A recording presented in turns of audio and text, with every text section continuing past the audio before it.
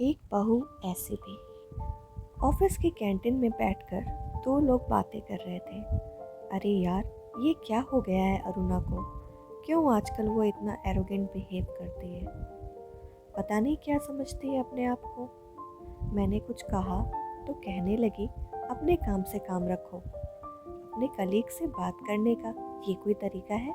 पहले आदमी ने कहा। अरे भाई, लगता है तुम्हें पता नहीं है कि 2 महीने पहले ही उसका तलाक हुआ है। डिप्रेशन में होगी बेचारी, इसीलिए ऐसा बर्ताव करती है। दूसरे आदमी ने कहा। बेचारी? और वो बेचारा तो उसका पति होगा। अच्छा हुआ जो उससे अलग हो गया, पहले आदमी ने अपना भड़ास निकालते हुए कहा। इन कड़वी बातों को सुनने वाला ये दो आदमी ही नहीं थे। उनसे कुछ ही दूर दूसरी कुर्सी पर बैठी खुद अरुणा भी इनकी नीम सी कड़वी बातों को सुन पा रही थी। अरुणा हर दिन अपने अतीत को भुलाने की कोशिश करती, लेकिन उसके आसपास रहने वाले लोग इस तरह की बातों से उसे हमेशा अतीत में धकेल देते। कारण चाहे जो भी हो, अरुणा ने अपने पति से अलग होने में ही अपनी और उसके पति की भलाई समझी थी। उससे ज़्यादा तो उसका पति तलाक चाहता था। ऐसा नहीं है कि अरुणा ने अपनी शादी बचाने का प्रयत्न नहीं किया था, लेकिन अंत में उसको भी मानना पड़ा कि इस शादी में वो दोनों किसी कैदी की तरह रह रहे थे। इसीलिए उसे तोड़कर दोनों का आज़ाद होना ही बेहतर होगा। रिश्ता चाहे अच्छा टूटे या बुरा, दर्द तो होता ही है, और इसी दर्द से अरुणा गुजर रही थी। इसीलिए स्वाभाविक है कि उसके व्यवहार में थोड़ा बदलाव तो होना ही था। लेकिन हर किसी को ये खुशनसीबी नहीं मिलती कि उसके आसपास के लोग उसको अच्छे से समझ पाए। अरुणा के ऑफिस के लोग और खासकर उसके बॉस भी कुछ इसी तरह के लोगों में से थे। उसे सिर्फ काम से मतलब था। किसी भी एम्प्लॉय की पर्सनल लाइफ से वो हमेशा दूर ही रहती थी। खराब मन और समय के चलते अरुणा उस तरह से परफॉर्म नहीं कर पा रही थी जैसे वो पहले करती थी, और इससे उसकी बॉस काफ़ी नाराज़ थी। उसी नाराज़गी को दर्शाते के लिए बॉस ने उसे अपने ऑफिस में बुलाया था। बॉस उसे दिखा रही थी कि कैसे उसके परफॉर्मेंस का ग्राफ पिछले 2 महीनों के दौरान 40% से गिर गया है। बीच में ही अरुणा के मोबाइल पर माँ का फ़ोन आता है। बॉस के साथ ऑफिस में होने के कारण अरुणा ने उसे साइलेंट पर कर देती है और फ़ोन नहीं उठाती है। अरुणा देख पाती है कि इस मोबाइल की वजह से बॉस का मूड खराब हो रहा है। अरुणा ने उनसे अपनी तकलीफ़ बतानी चाहिए। मैडम, मेरी ज़िंदगी में कुछ। बॉस बीच में ही बोल पड़ी। हाँ हाँ, मुझे पता है तुम्हारा तलाक हुआ है, लेकिन तुम भी अच्छी तरह से जानती हो मुझे ये बिल्कुल पसंद नहीं है कि कोई अपनी पर्सनल लाइफ को प्रोफेशनल लाइफ में लेकर आए। बॉस अपनी बात पूरी कर पाए उससे पहले ही अरुणा का मोबाइल फिर से बजा, और इस बार शायद ज़रूरी काम हो सकता है सोचकर अरुणा ने फ़ोन रिसीव कर लिया।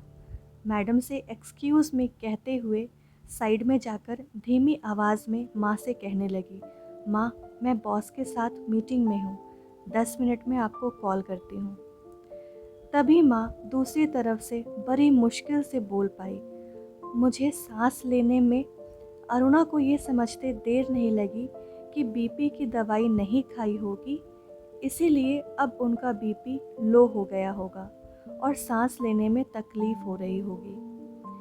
पहले ही गुस्से में बैठी बॉस अरुणा को अपने अनप्रोफेशनल बर्ताव के लिए खरी खोटी सुना रही थी, और ऊपर से ऐसी परिस्थिति कि अरुणा को इस मीटिंग को तुरंत छोड़कर जाना पड़े।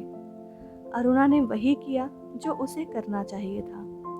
वो अपने बॉस को सॉरी बोलकर तुरंत माँ की हेल्प करने दौड़ पड़ी, ये जानते हुए भी कि शायद इसके परिणाम स्वरूप उसकी नौकरी भी जा सकती है। टैक्सी में तेज़ी से घर की तरफ जा रही अरुणा के दिमाग में कई विचार चल रहे थे। जैसे कि कहीं माँ को कुछ हो तो नहीं जाएगा, मेरे पहुँचने तक वो सरवाइव कर पाएंगी या नहीं। ऐसे वक्त में ये सुभाष कहाँ चला गया होगा। वो सुभाष को 2-3 बार फ़ोन कर चुकी थी ताकि अगर वो नज़दीक हो तो मैं पहुँचूँ उसके पहले तक वो पहुँचकर उन्हें दवाई खिला सके, लेकिन वो फ़ोन नहीं उठा रहा था। फिर वो मन ही मन भगवान से माँ की सलामती के लिए प्रार्थना करने लगी। 25 मिनट बाद वो घर पहुँचती है तो दौड़ी दौड़ी घर के अंदर जाती है। माँ लगभग अधमरी सी एक एक सांस के लिए तड़प रही थी। अरुणा उन्हें पानी और दवाई पिलाती है और बेड पर आराम से लेटाती है और उनके पास बैठकर उनके हाथ पैर और दबाती है, जिससे उन्हें थोड़ा आराम मिले। आधा घंटा बीतने के बाद माँ को अब अच्छा महसूस होने लगता है। माँ अरुणा की ओर एकटक देख रही थी। उनकी आंखों में आंसू थे। अरुणा ने उनके आंसू पोंछे और उन्हें रोने के लिए मना किया। माँ कांपती हुई आवाज़ में कहने लगी, अरुणा, आज तुम नहीं आती तो शायद मैं। अरुणा ने उनके मुंह पर हाथ रखते हुए कहा, कैसे नहीं आती? माँ तकलीफ़ में हो और बहू ना आए, ऐसा कैसे हो सकता है भला? अरुणा, तुम बिल्कुल नहीं बदली। तुम अभी भी वैसी ही हो जैसे पहली थी। मैं सोचती थी कि तलाक के बाद सब बदल जाएगा। माँ ने अपने मन की बात अरुणा को बताई। अरुणा ने कहा, मैं बदल जाऊंगी ऐसा कभी मत सोचना माँ, क्योंकि मेरा तलाक आपके बेटे से हुआ है, आपसे नहीं।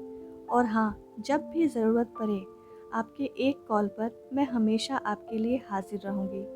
जब तक सुभाष भी ऑफिस से घर लौट आया था। माँ को बेड पर और साथ में अरुणा को देख सुभाष जल्दी से दौड़कर उनके पास आया। माँ को क्या हुआ है, उनके बारे में पूछने लगा। अरुणा ने सारी बात सुभाष को बताई और माँ को खाना खिलाकर दवाई देने के लिए कह जाने लगी। सुभाष ने अरुणा से कहा, शुक्रिया, तुमने माँ के लिए इतना कुछ किया।